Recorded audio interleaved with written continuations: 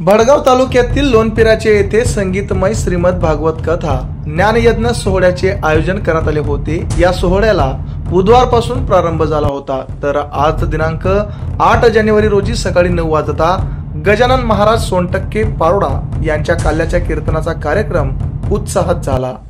या कथा सोहळ्याची आज सांगता महाप्रसादाने झाली। भागवत कथा प्रवक्ते गजानन महाराज यांच्या वाणीतून हा सोहळा पार पडला।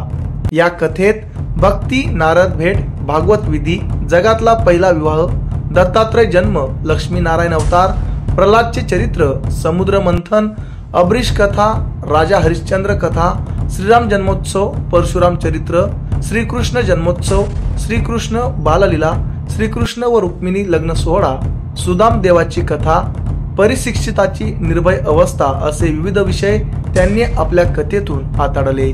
दिनांक 7 जानेवारी रोजी सायंकाळी 6 वाजता पालखी मिरवणूक देखील काढण्यात आली होती।